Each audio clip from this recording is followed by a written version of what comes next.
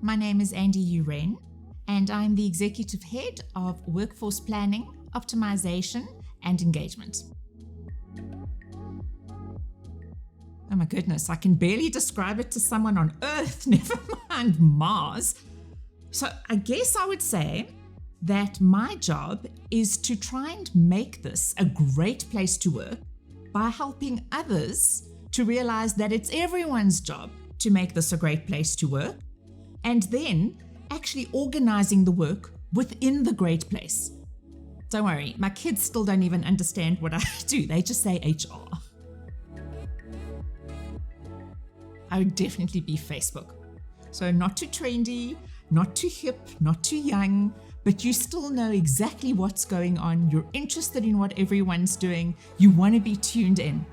I have to tell you, I once worked with this guy who was quite a lot younger than me. And at the end of a conversation or a meeting, he came up to me and he did this thing like we did like a fist bump. And he said, word.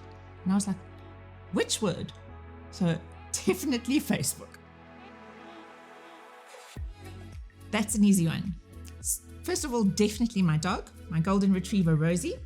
And the other, a huge pile of books. I'm an avid reader, can't go to sleep without reading at night. And reading for me just takes you to a different place. So you may be on an island, but through your books, you're actually everywhere. The best career advice I've been given is that showing up is half the battle. So you don't have to know all the answers. You don't have to have everything totally ready and prepared, but show up. Don't be intimidated. Own your space. If you don't know something, don't be afraid to ask. You look much worse if you try and get through something and pretend you know than if you just say, I don't really understand, or I'm not sure I have an answer to that. So show up. That was the advice. The worst advice was to try and dress and present yourself in a more corporate fashion and to tone down your personality, because all of that makes you inauthentic and people can spot it a mile away. I wear jeans to work. I'm loud. I laugh. I ask questions. There's no ways I'm going to come to work in a little two-piece suit and sit in a corner and go, thank you very much. It's not me. You'll know it. I'll know it. And I'll never do it well. I would tell myself to really just be you. And if you can't be you in your workplace and you can't be authentic, you need to really question whether that's the right place for you to be working.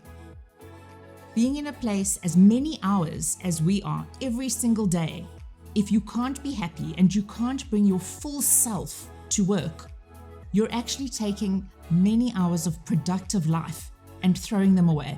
It's not worth it.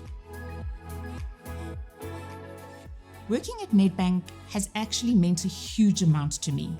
I've always had a passion to try and change the world for good. I've wanted to make a positive impact. At the beginning of my career, I thought I could do that through education. So I was a lecturer at WITS for 8 years. I then thought I could make more of a difference if I was in the trenches. So I joined the NGO sector and I became an activist. But even then as an activist, you start to realize that you follow the money, because where the donor funding comes from lands up dictating the work you do.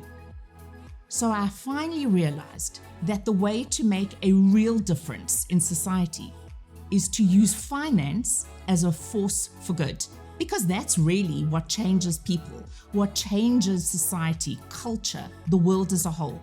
So for me, working at Nedbank has allowed me to take my personal values, what's important to me, and put them into practice with organizational and professional values so that who I am, what I do, and how I do it makes a difference, and Nedbank enables that. That would have to be my mom. And she has passed away, so my late mom. My mom was a fighter. She was fierce in everything she did. She loved fiercely. She worked fiercely. She was all about passion and dedication. And she spent her life as a teacher. And she did get sick, and she was sick for 12 years. And never once did she give up and say, I'm done. I've had enough. I can't do this anymore. She fought until the bitter end. And the lessons that she taught me were that it wasn't really about your battle and who you were. It was about the people around you and about creating a space and an environment for family, for friends to thrive. And that for me has become the basis of my leadership philosophy. It's not about what I do, it's about how I create space for others.